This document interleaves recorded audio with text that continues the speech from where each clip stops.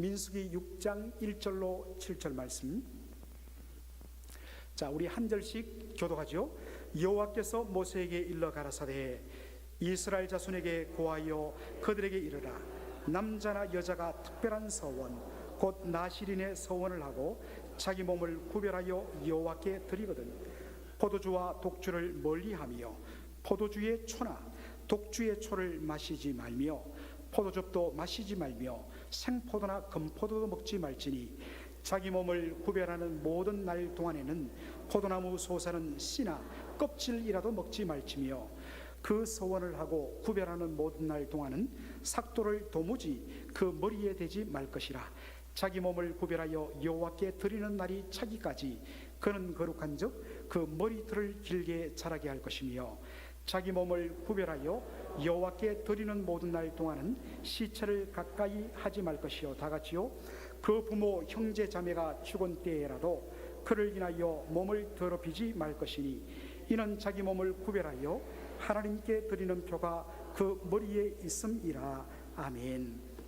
오늘 저는 나실인의 삶 나의 삶이란 제목으로 말씀을 전하고자 합니다.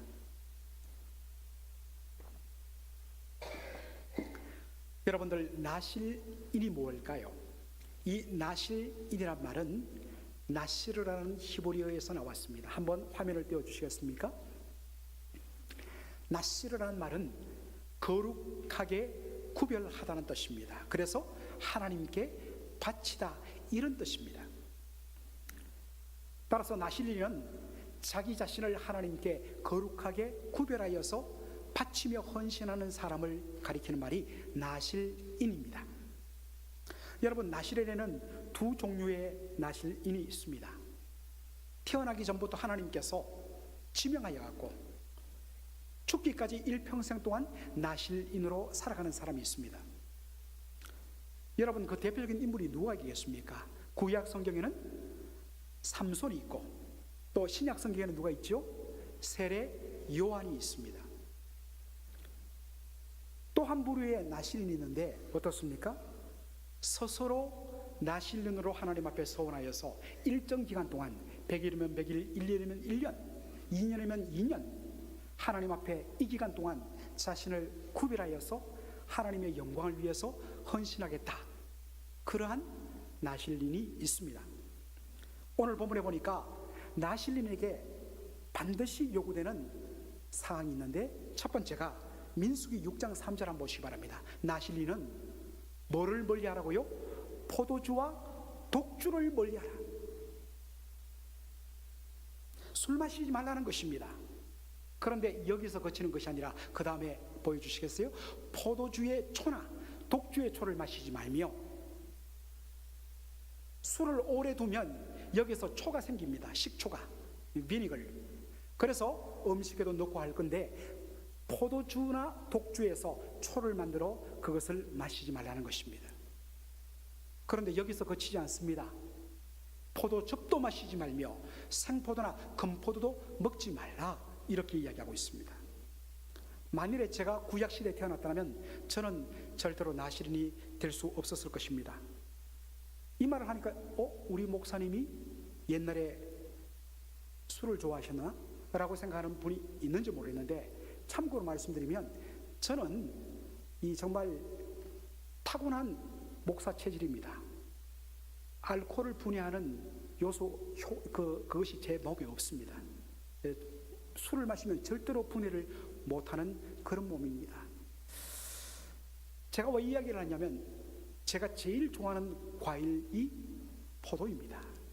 여러분 뭐 굳이 꼭 기억하실 필요는 없지만 또 포도철이 다가오고 있습니다. 그런데 나실인은 뭐를 먹지 말라고요? 포도조차 먹지 말라. 왜 그렇습니까? 포도는 포도주의 원료가 되기 때문입니다. 술을 안 먹는다 하더라도 포도를 먹다가 뭐로 연결될 수 있냐면 포도주로 연결될 수 있기 때문에 나실인은 포도조차 먹지 말라. 그런데 여기서 끝나지 않습니다. 4절 한번 보시기 바랍니다. 자기 몸을 구별하여 모든 날 동안에는 나실인으로 서원하는 날 동안에는 포도나무 솟아는 심지어 씨나 껍질이라도 먹지 말라고 이야기하고 있습니다. 여러분들 옛날에 제 어린 시절, 지금부터 40년 전에, 그 당시에는 이 기름이 참 귀했습니다. 그래서 소위 말하는 덴뿌라 기름을 구하기가 어려웠어요. 그래서 한 것이 무엇입니까? 겨울철에 정육점 가서 그 돼지 비계를 아주 싼 값으로 그렇게 사오죠. 여러분들 옛날에 돼지 비계 혹은 돼지고기 정육점에서 어떻게 팔았습니까? 신문지에 둘둘둘 말아갖고 그렇게 주지 않습니까? 집에 와서 펼쳐보면 막 고기 살에 비계에 막 신문지 대통령 박정희 막 찍혀 있어요. 그래도 그거 닦아서 그렇게 먹었지 않습니까? 겨울에 저희 어머니가 돼지 비계를 잘라갖고 오랫동안 이 볶으면 정말 돼지 기름이 남죠. 그러면 그것을 병에 담아서 바깥에 놓으면 찬 공기에 금방 하얗게 굳어져요. 어떡합니까? 그것을 김치를 볶아서 겨울에 볶음밥 해 먹을 때도 한 몇 숟가락 퍽퍽 담아갖고 볶아서 그렇게 먹곤 한 기억이 있습니다.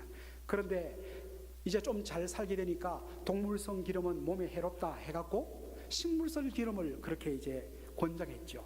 그때 나온 것이 바로 백설표 콩기름, 백설표 여러분들 옥수수 기름 이런 것들이 나왔습니다.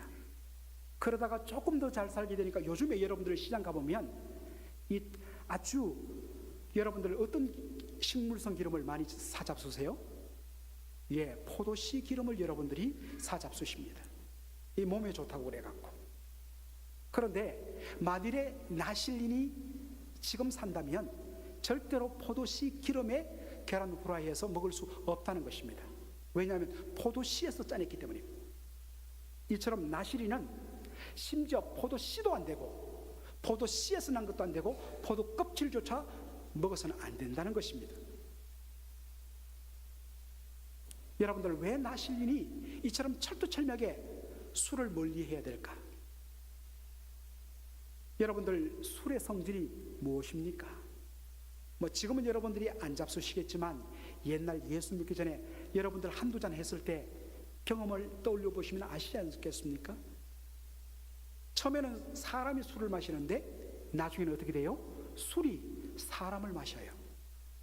그래서 술이 취하면 그 다음부터 컨트롤이 안 되는 것입니다. 멀쩡하게 아주 환한 신사가 공부도 많이 한 분이 술만 딱 잡쌌다면 그때부터 이 사람이 아니라 짐승이 되어버려요. 그래서 온갖 정말 추잡한 짓을 다 하고 나서 나중에 아침이 되보면 끔찍한 자신의 모습을 보고 절망하게 되죠. 술을 마시다 보니까 나중에는 술이 사람을 막 분간할 수 없도록 만들어버리기 때문입니다. 레위기 10장 1절 2절을 한번 보시겠습니다. 여기 보면 대제사장 아론의 두 아들 나답과 아비후가 하나님 앞에 들어가서 향을 피우면서 제사를 드리는데 이들이 뭐 했냐면 하나님이 명하지 않은 다른 불을 들이다가 하나님의 진노를 사서 그 자리에서 죽고 말았습니다. 이 말씀을 볼 때 여러분들 와, 하나님 좀 너무 심하신 것 아닌가? 사람이 실수할 때도 있고 착각을 해갖고 잘못 불을 들일 때도 있는데 그거 하나 잘못했다고 제사장을 죽이기까지 하시는가? 여러분들 왜 하나님께서 이토록 엄하게 다루셨을까? 바로 이 사건 직후에 하나님 주신 말씀을 보면 우리가 이해를 합니다. 자, 레위기 10장 9절 10절을 보도록 하겠습니다. 너나 내 자손들이 회막에 들어갈 때는, 지금 아론에게 이 사건 이후에 하신 말입니다. 너나 너의 자손들이 제사장들이 회막에 들어갈 때는 포도주나 독주를 마시지 말아서 너의 사명을 면하라 이야기하고 있습니다. 10절에 보니까 그리하여야 너희가 거룩하고 속된 것을 분별하며 부정하고 정한 것을 분별하게 될 것이라 말씀합니다. 자, 이것을 미루어왔을 때 나답과 아비후가 왜 죽었을까요? 그가 제사장으로서 하나님 앞에 맑은 정신으로 제사를 드려야 되는데 술을 잔뜩 마셔갖고 인사불성이 돼갖고 무엇이 거룩하며 무엇이 하나님이 원하시는지 전혀 구별을 못하는 채로 그렇게 해서 하나님이 원하지 않은 다른 것들을 드리다가 심판받아 죽었다는 것입니다. 성도 여러분, 정상적일 때는 문제가 없습니다. 그러나 술에 취하게 되면 분별력을 상실해 갖고 더럽고 거룩한 것을 구별하지 못하고 하나님 앞에 드릴 때가 있다는 것입니다. 나실인이 누굽니까? 자신을 하나님 앞에 거룩하게 구별하여 드리는 것이 나실인 아닙니까? 그래서 나실인에게 요구되는 것은 뭡니까? 술을 마셔서는 안 된다는 것입니다. 온전하고 맑은 정신으로 하나님 앞에 자신을 흠없이 거룩하게 구별하여 드려야 되기 때문입니다. 나실인에게 요구되는 두 번째 상황이 뭐냐? 민수기 6장 5절입니다. 다 같이 한번 읽어보겠습니다. 그 서원을 하고 구별하는 모든 날 동안은 삭도를 도무지 머리에 대지 말 것이라. 뭐를 대지 말라고요? 삭도를 머리에 대지 말라. 다른 말로 뭐겠습니까? 나실인으로 섬길 동안은 머리카락을 자르지 말라는 뜻입니다. 여러분, 왜 나실인은, 그렇다면 날 때부터 하나님께서 나실인으로 지명한 사람은 죽을 때까지 나실인의 삶을 살아야 되니까, 다른 말로 하면 태어난 그때로부터 죽을 때까지 머리카락을 잘라서는 안 된다는 뜻입니다. 여러분, 왜 나실인은 머리카락을 잘라서는 안 될까요? 많은 분들은 이렇게 생각하기 쉽습니다. 머리카락 자체에 힘의 능력이 있기 때문에. 여러분, 누구 때문에 이런 생각을 떠올리죠? 누구 때문에요? 삼손 때문에요.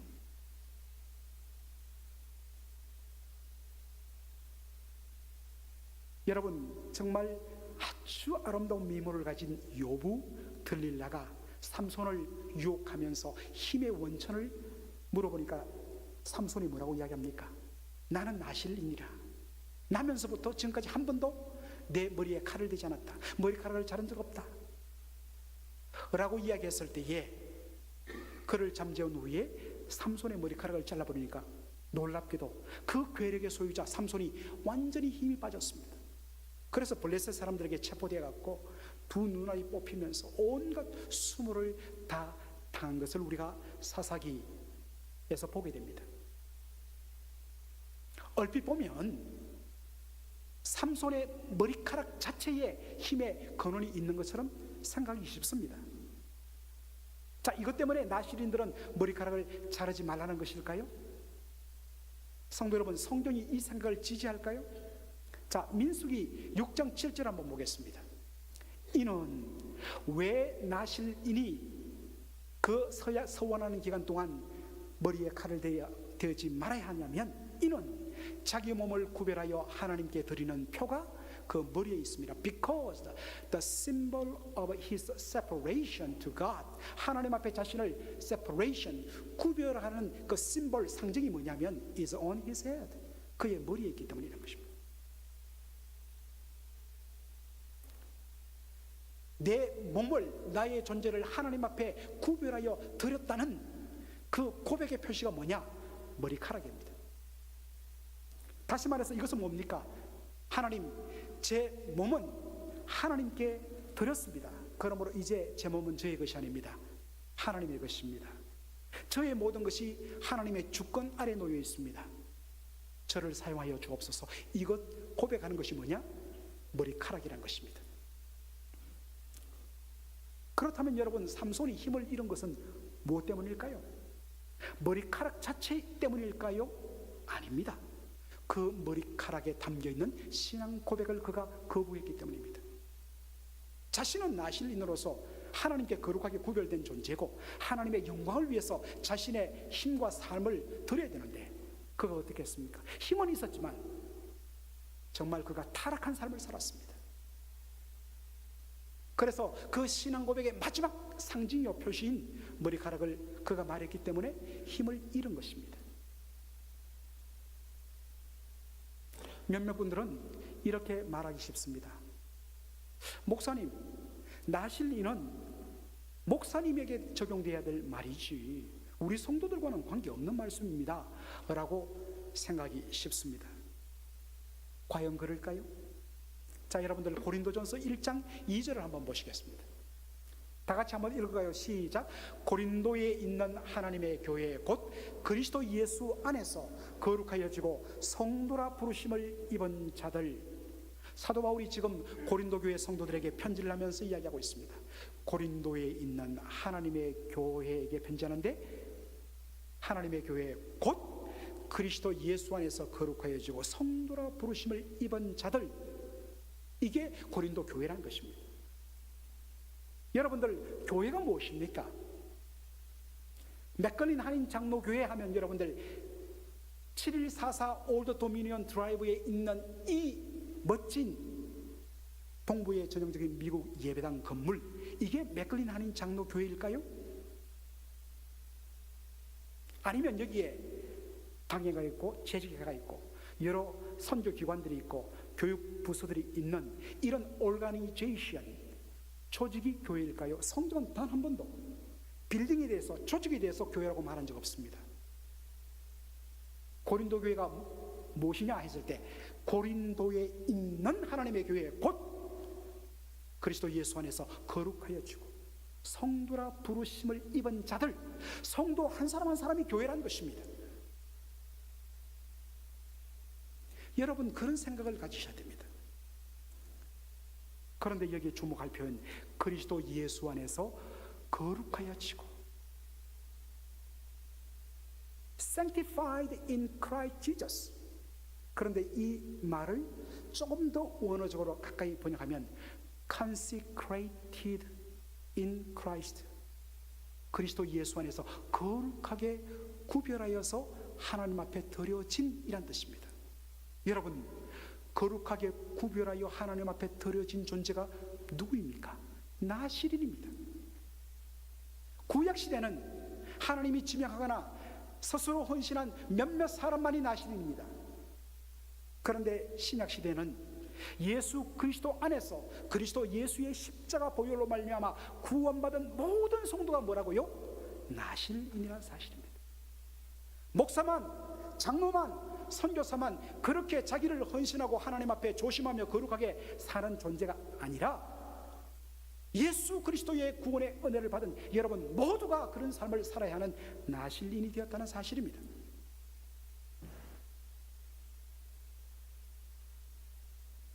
그러므로 이 시대에 나실인인 성도 여러분들에게 주시는 교훈으로 적용해야 합니다. 첫째는 구별되고 거룩한 삶에 철두철미해야 됩니다. 조금이라도 여러분들 유혹의 소지가 있다면 철두철미하게 단호하게 결단하고 잘라내야 합니다. 나시린들이 뭐라고 얘기했습니다. 포도주나 독주는 말할 것도 없고 포도주나 독주를 생각나게 하게까지 만드는 금포도뿐만 아니라 심지어는 포도씨, 포도 껍질까지도 먹지 말라. 왜 그렇습니까?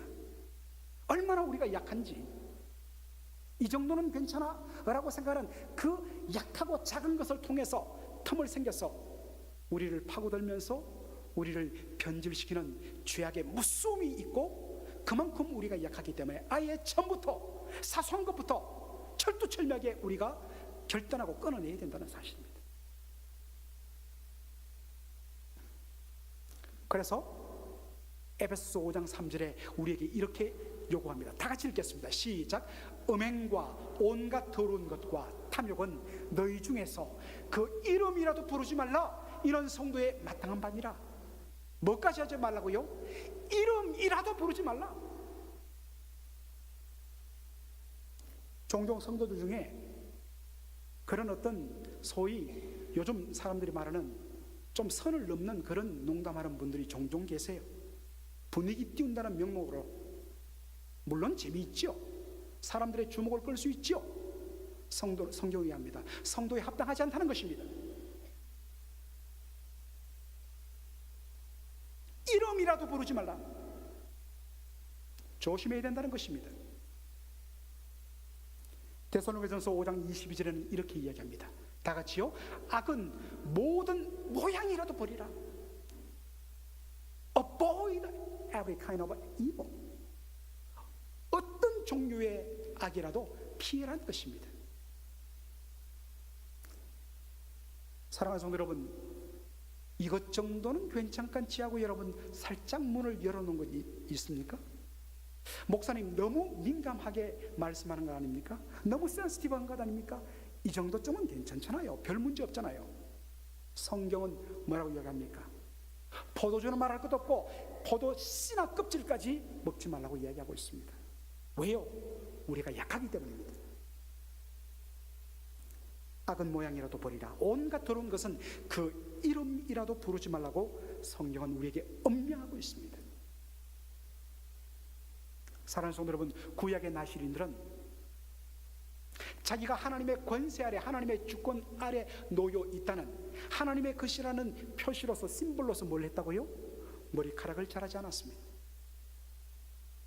그렇다면 신약시대 나시린인 우리 성도들도 예수님처럼 그렇게 치렁치렁 머리를 남자들도 길게 해야 된다는 말씀일까요? 그것은 아니지요. 머리를 자르지 않는 것이 아니라 머리에 칼을 대지 말라는 그 근본 이유에 우리가 주목해야 되는 것이지요. 머리카락이 무슨 의미라고 그랬습니까? 내가 하나님의 것이며 하나님을 위하여서 내 존재가 거룩하게 구별되어 드려졌으며 모든 주권이 주님께 있으므로 나는 온전히 주님을 위하여 구별되어 내 삶을 드린다. 그 고백이 중요하다는 것입니다. 그것 때문에 우리는 이렇게 말했습니다. 내 것 가지고 내가 하는데 누가 뭐라 그래? 예수 안 믿는 사람들은 말할 수 있어요. 그러나 예수 믿는 사람에게 내 것이 없어요. 다 주님의 것이에요. 과연 이것이 주님이 기뻐하는 말일까? 주님이 기뻐하는 쓰임일까? 여러분 고민하셔야 합니다. 고린도전서 6장 19절로 20절에 이렇게 말씀합니다. 다 같이 읽겠습니다. 너희 몸은 너희가 하나님께로부터 받은 바 너희 가운데 계신 성령의 전인 줄을 알지 못하느냐? 너희는 너희의 것이 아니라 값으로 산 것이 되었으니 그런즉 너희 몸으로 하나님께 영광을 돌리라.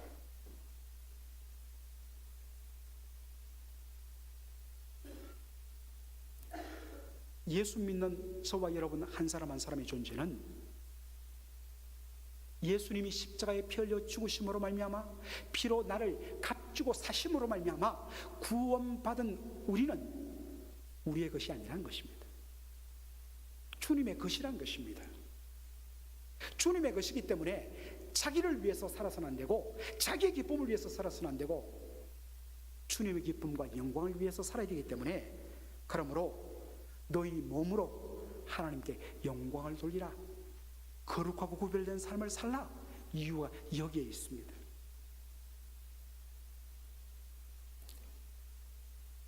그런 생각을 우리가 해야 합니다.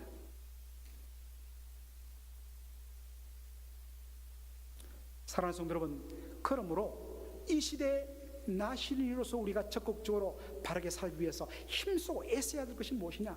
마지막으로 한 구절만 더 보고 마치도록 하겠습니다. 에베소서 5장 18절 말씀, 여러분 잘 아시는 말씀이에요. 암송하실 수 있는 말씀이에요. 다 같이 읽겠습니다. 술 취하지 말라. 이는 방탕한 것이니 오직 성령의 충만을 받으라. 여러분, 술 취한다는 건 뭘까요? 술 취한다는 것은 결국 술에 의해서 지배당하는 것입니다. 술 취하게 되면 내 스스로 내 몸을 컨트롤 못합니다. 내 스스로 내 결정을 컨트롤 못합니다. 나중에 술 깨어나면 후회하는 일들이 너무나 많습니다. 술 취하기 때문에 술의 지배를 받기 때문에 방탕한 결정과 삶을 살 수밖에 없는 것입니다. 그 반대의 개념이 뭐냐? 성령 충만이에요. 성령 충만을 받는다는 게 뭐냐? 내가 성령 충만 받았기 때문에 내가 기도하니까 사람이 병 낫고, 내가 기도하니까 내가 또 막 방언하고 예언하고 능력을 행하는 그것이 아니라 성령 충만을 받는다는 것은 성령님에 의해서 온전히 지배를 받는다는 뜻입니다. 성령으로 충만하게 될 때, 성령에 의해서 지배되게 될 때, 그전에는 아무것도 아닌 이 문제들이 대수롭지 않게 생각했던 부분들이 이거 하나님 앞에 죄구나, 하나님 앞에 더럽구나, 이 생각조차가 하나님 앞에 부끄럽구나, 죄구나 두려움이 생기고 그걸 멀리하는 겁니다. 성령이 지배하니까 하나님이 기뻐하시는 그 속으로 내 마음이 모이게 되는 것입니다. 이것이 성령 충만입니다. 따라서 내가 나실인으로 살아가기 위해서는요, 절대로 내 안에 있는 힘으로는 살 수 없어요. 우리는 포도씨 그것을 통해서 술로 나갈 수밖에 없는 연약한 인생입니다. 성령의 은혜로 충만하게 되야 됩니다. 그래서 여러분들 기도의 첫 번째 제목이 주여 성령 충만하게 하여 주옵소서. 그거 받지 않고서는 우리가 예수 믿는 믿음의 삶을 살 수 없기 때문입니다. 그래서 성령 충만을 받고 성령에 의해서 온전히 지배를 받았어. 그리스도 예수 안에서 거룩하여지고 구별되어 하나님 앞에 드려진 이 시대의 나신인으로서 내 삶을 통해서 하나님을 기쁘시게 하는 삶을 살아가는 우리 모든 맥걸린 성도들 되시기를 주의 이름으로 축원합니다. 아멘. 기도하겠습니다.